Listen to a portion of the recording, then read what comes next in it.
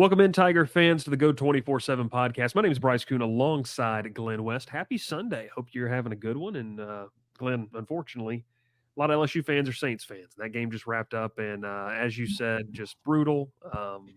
Stings, choke artist, not fun. So at least LSU won yesterday. So, you're batting 500 on the weekend if you're a Louisiana sports fan. Yeah. Tough way to lose that Saints game for sure. Just couldn't get off the field on third down. Where does that sound familiar?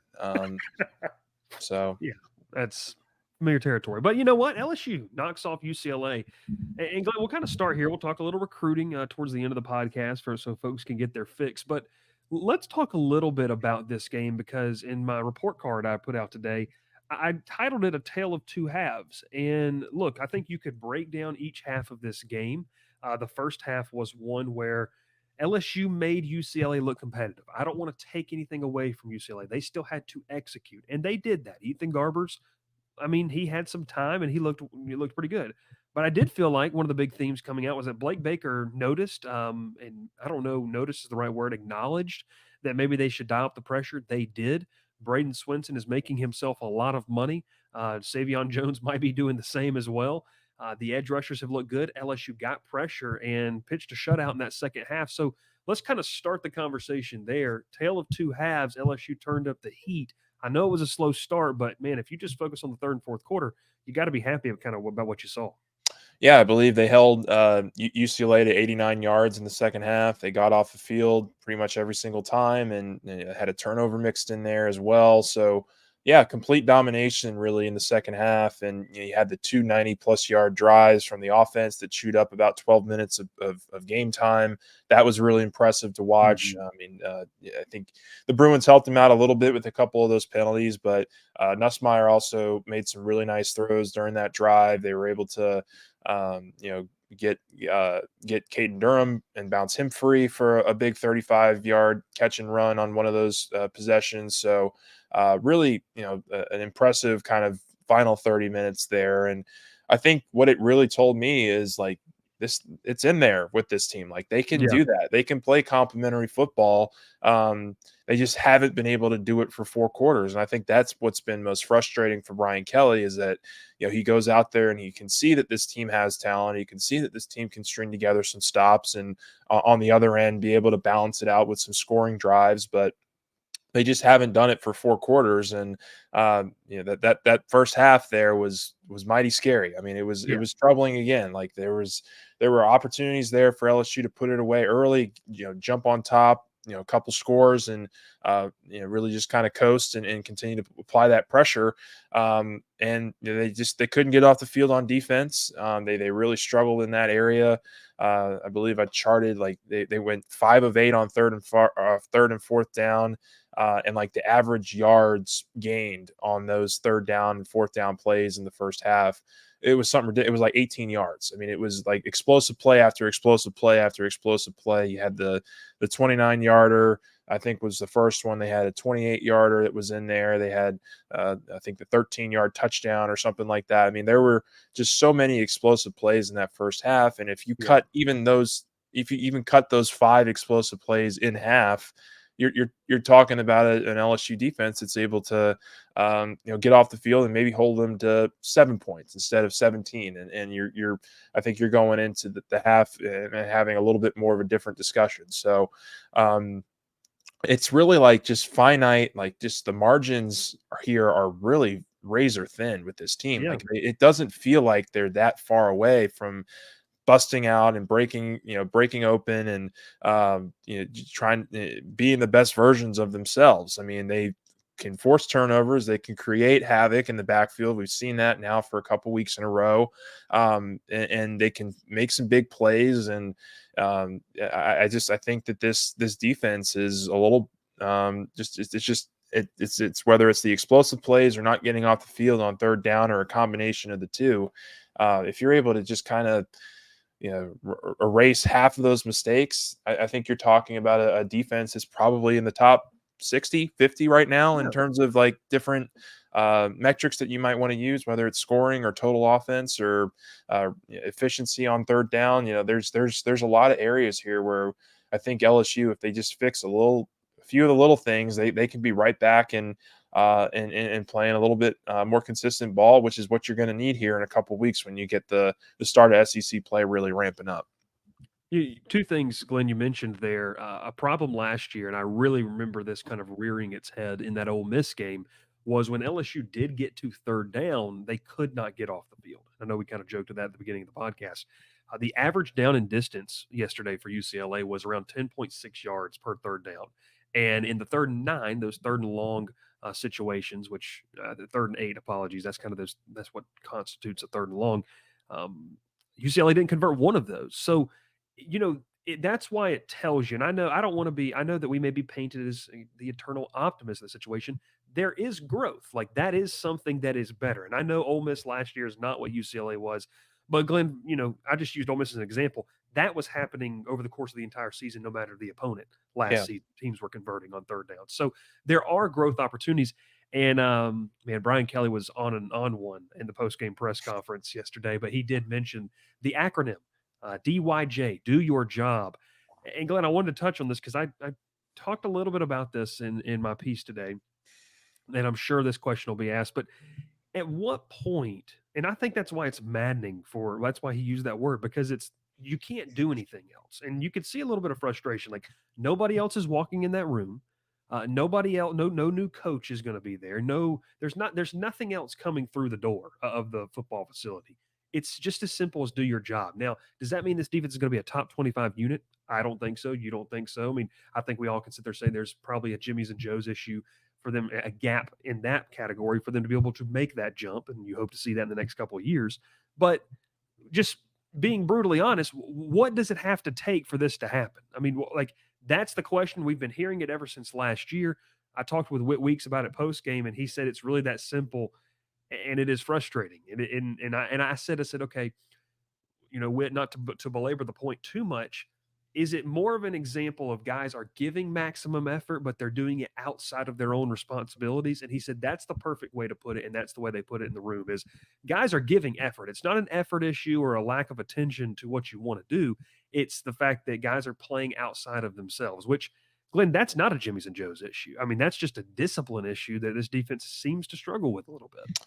Yeah, well, I think the common theme last year with that defense was they just looked lost at times Yeah. too. Like they did not understand what they were supposed to be doing on the field, and I don't get that impression from this defense at all. I think that they're around the ball a lot more consistently. I think that they're getting good push in the front seven. I think that they do a decent to average job in coverage. Like, I mean, they still have some holes back there that I think they're going to have to cover up this offseason with, whether it's the freshmen that they're bringing in or if they hit the portal hard for, a safety or two or a cornerback. But there's enough here for LSU to really, I think, get more out of this defense than what they've been getting. I think you can see that there's potential in here that's been untapped so far. And honestly, I think kind of what you mentioned there. It's like, okay, we have the personnel. Like the personnel is who we are. Like we can't really change the personnel at this point.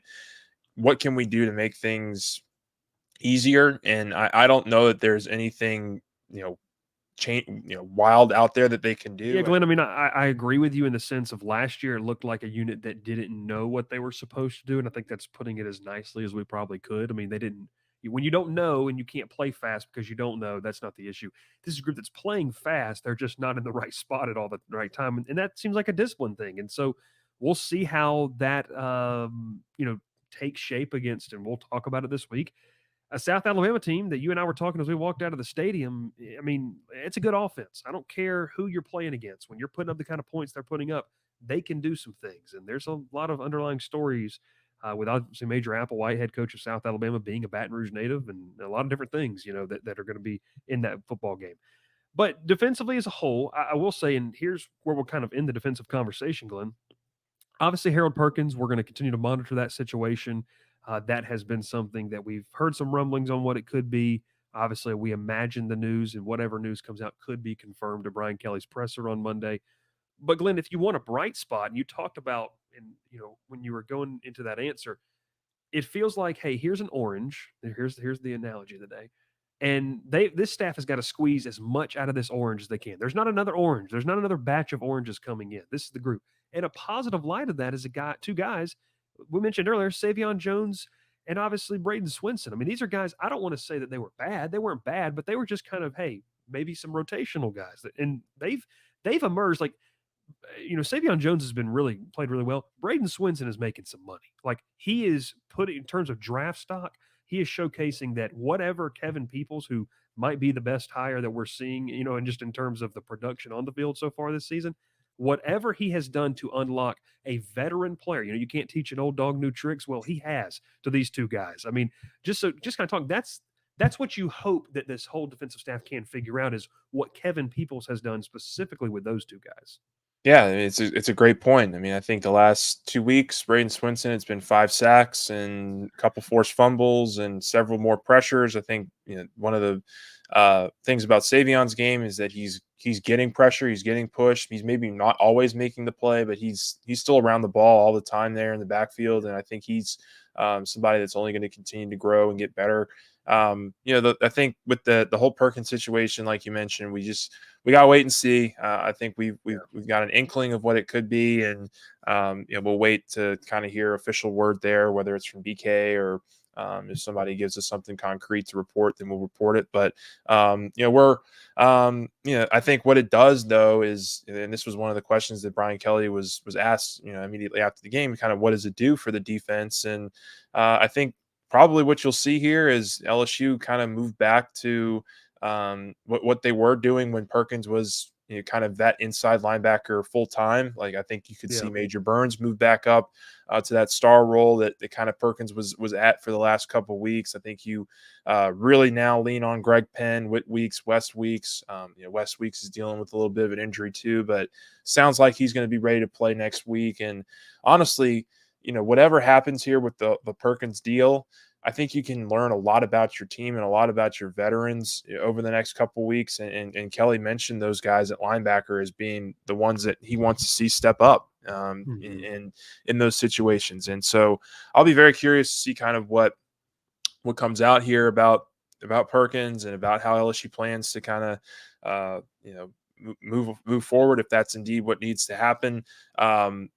But I do feel like LSU here is still in a spot at linebacker where they can survive a hit, but at the same time, you can't recreate what Perkins at his best could do for you. So going to be very interesting to see kind of what happens here. But I do think that there are some ways LSU can, I think Kelly mentioned they do more dime packages. They can do more nickel packages here with some of their longer defensive backs. But very interested to see kind of how LSU responds, because you're right. South Alabama is going to be a team where I think this defense, will be tested again, and whether or not they can put together, make it, instead of 2 quarters or a half, maybe they can go 3 quarters against South Alabama, or 3.5 quarters where they play, really sound, really disciplined defense, and really kind of give you that momentum and that oomph that you're looking for going into the bye week, because Ole Miss is not going to be a team that you could afford to have these kinds of mistakes against. Like, if you get down 2-3 scores against Ole Miss in a couple weeks, you're not coming back. It's just not. It's just going to be really, really hard if you dig yourself into a hole.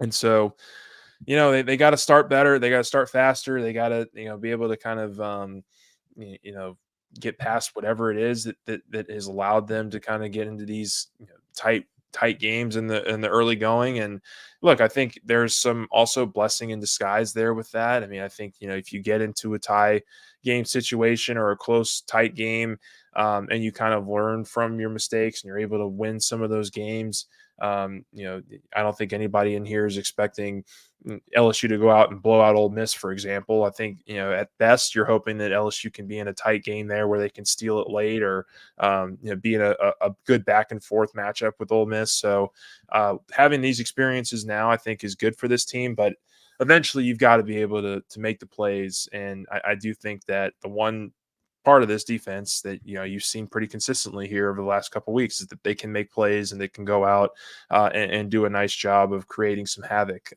in Blake Baker's system.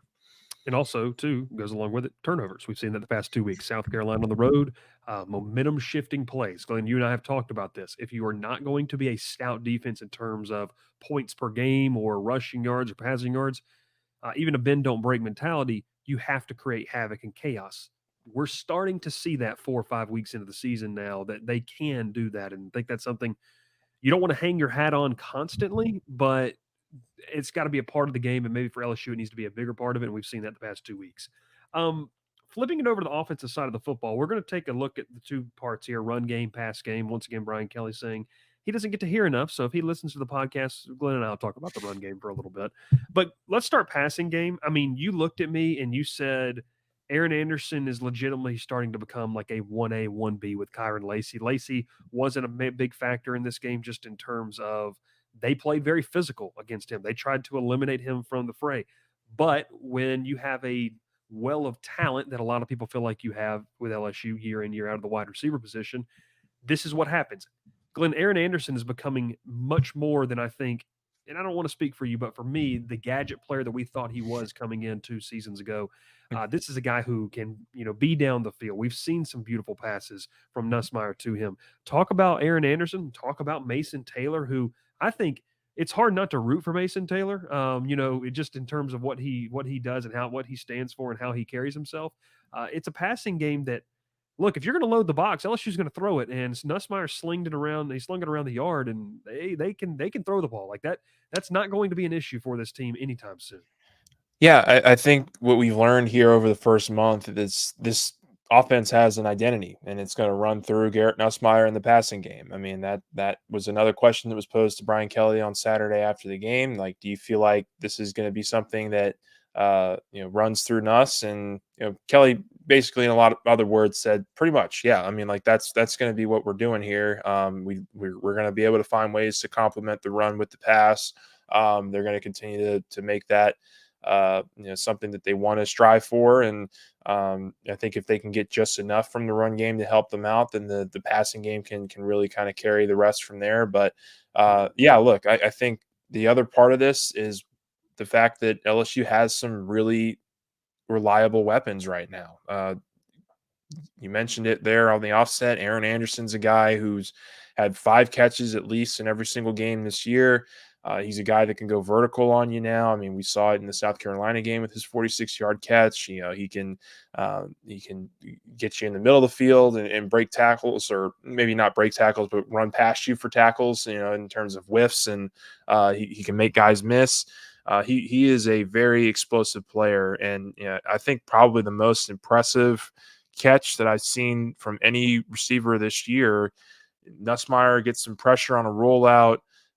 He he's searching, and he sees Aaron Anderson. I believe maybe it was double coverage. It might have been single coverage, but there was a receiver draped all over Aaron Anderson, and Nussmeier fires one in there. Anderson's able to hold on to the ball as he's kind of falling to the ground with the defensive back pretty much draped all over him. I think they probably could have thrown a flag there if he hadn't caught the ball. So it shows you that he's a guy that can make contested catches as well, which I think is why Nussmeier is targeting 7 or 8 times. I mean, when LSU gets into key second and third and long situations, I noticed this.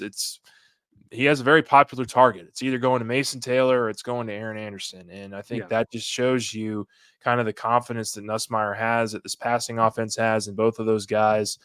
You mentioned Mason Taylor there, did a story on him on Sunday that you guys can go check out.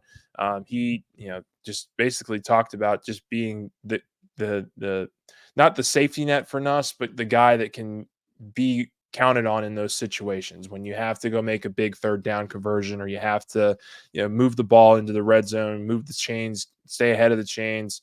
He's the guy that it looks like Nussmeier is targeting on these throws, and he's bringing them in. I mean, I think he was targeted 10 times in the game against UCLA on Saturday. He had 8 catches, and I think that works all the time. You can lean into that with him and with Anderson leading the charge, and I think he's done a really nice job of, I mean, Nuss, of just recognizing which guys are the ones that are kind of separating themselves and which ones he can really throw to and count on. And look, Kyron Lacey did not have his greatest game on Saturday against UCLA. He's going to continue to get the ball a lot. I think he's probably your Mhm. most explosive guy at that position. But in terms of reliability, I do think that right now it's Mason Taylor and Aaron Anderson are the kind of the 1-2 punch there. Um, when LSU needs a big play, that they're gonna look to them to go get it. Yeah, those 2 guys have just been a constant, and I think that's something that's just kind of stood out. We've seen over the course of the first month of the season is that, security blanket, whatever you want to use. I mean, I think Mason Taylor's much more than just a security blanket. I mean, he's a Yeah, playmaker at the yeah. position, and maybe fans or the SEC fans in general kind of forgot about him because of what LSU had on the roster last year. He didn't get a lot of targets and looks, but this is a guy who that freshman year was special, and we're seeing obviously now in his junior season. And Glenn, I think you and I've talked about this all throughout the summer, is that I'll be interested to see what his draft stock is because he is a playmaker at the position. Is it enough for him to want to leave as he continues putting up numbers like he has? We'll see. Be an interesting trend to kind of watch I would over the think he next few leaves. months. I mean, that'd be my Yeah, guess right now. Is he's played well enough for, I and think, don't suffer NFL another team. injury like you have and hamper your opportunities. Yeah, yeah, and look, I mean, I think a lot of it will also have to do with does Nussmeier return, or does this guy like? I think there's some other guys that kind of can help make those kinds of decisions a little easier. This is going to be an offensive line that we know is going to go through some big turnover after the year, and I'll be interested to see kind of the ripple effect that might have throughout the Yeah, roster. But right now, look, the offense I think is probably your the driving force of your team, especially from a passing perspective. I think Caden Durham is showing you right now at the running back position that he can be explosive. And look, we can talk about this from a running perspective just real quick. Durham and Caleb Jackson had 5 catches yesterday from Nussmeier, like out of the backfield. And I yeah, think that's an area here that LSU wanted to explore maybe a little bit more in the offseason. I think that they were trying to get the ball to those guys a lot on the perimeter in the fall. For whatever reason, the first 3 weeks, we didn't see a whole ton of it. But uh, this last game here, I mean, like they can get those guys out on the perimeter and get them 5-6 yards, 7, yeah. get the ball in their hands with some space there to maybe try to open them up and get have them, miss some tackles and turn up field. And we saw that with the Durham play where he just kind of ran by everybody and was able to score that 35-yard touchdown. More of that stuff, I think, is very much going to be woven into the fabric of this offense going forward. And I'm going to be interested to see kind of how it all plays out. It'll be interesting. It'll be interesting indeed. The run game, obviously, I mean, just kind of put a bow on that. I mean, Josh Williams, I think the output that you would expect Josh Williams to give you. Some hard fought, averaged a little over 4 yards a carry, almost 5, had a touchdown. Caden Durham is an absolute weapon. I mean, he took that 5-yard check down pass, Glenn, and then just outran everybody to the end zone. Real quick, we'll hit on this recruiting as we round out the podcast. Glenn, it was a first off, shout out to the people who stayed because that was a hot, Yeah. brutal, scorching Saturday inside Tiger Stadium. But a nice visitor list, and we kind of picked up some intel as we were heading out of the stadium that it was supposed to be a bigger list. Including family members and everything like that, that kind of dwindled down, which actually allowed for the staff to really kind of hone in and focus on some of the guys they really like across multiple classes. Obviously, Elijah Haven was a guy that was there that has already been on campus twice this season. I imagine he'll continue to pay the visit. Obviously, that's the Dunham School quarterback. You had a lot of other names too. Wanted to throw this Colton Nussmeier was there. Trent Seaborn. That's 3 quarterbacks. In the future classes that LSU is keeping tabs on. All Um, 2027 guys, by the way. yes, I which think is that's a important note there. yes. So No, it is. Also, they got a chance to see Nick Cannon on the sideline, which if you're in the cultural world, you know who Nick Cannon is. But a couple other names too. The Bradford brothers were there. Jakeem Stewart, Mario Nash, who's an offensive line commit from Mississippi State. Glenn, I think it's interesting. Some of the guys we're starting to see that maybe didn't go LSU's way the first time, and maybe LSU kind of had somewhere on their board that wasn't maybe the top option. And now with this expansion of scholarship, you're starting to see. I think LSU likes a guy like Mario Nash, but it's like, okay, we missed out on him. Okay, but now we could also take him and just stack some classes. We know Brad Davis loves stacking the offensive line room in terms of talent. But just kind of your thoughts on the weekend. DJ Pickett obviously there as well.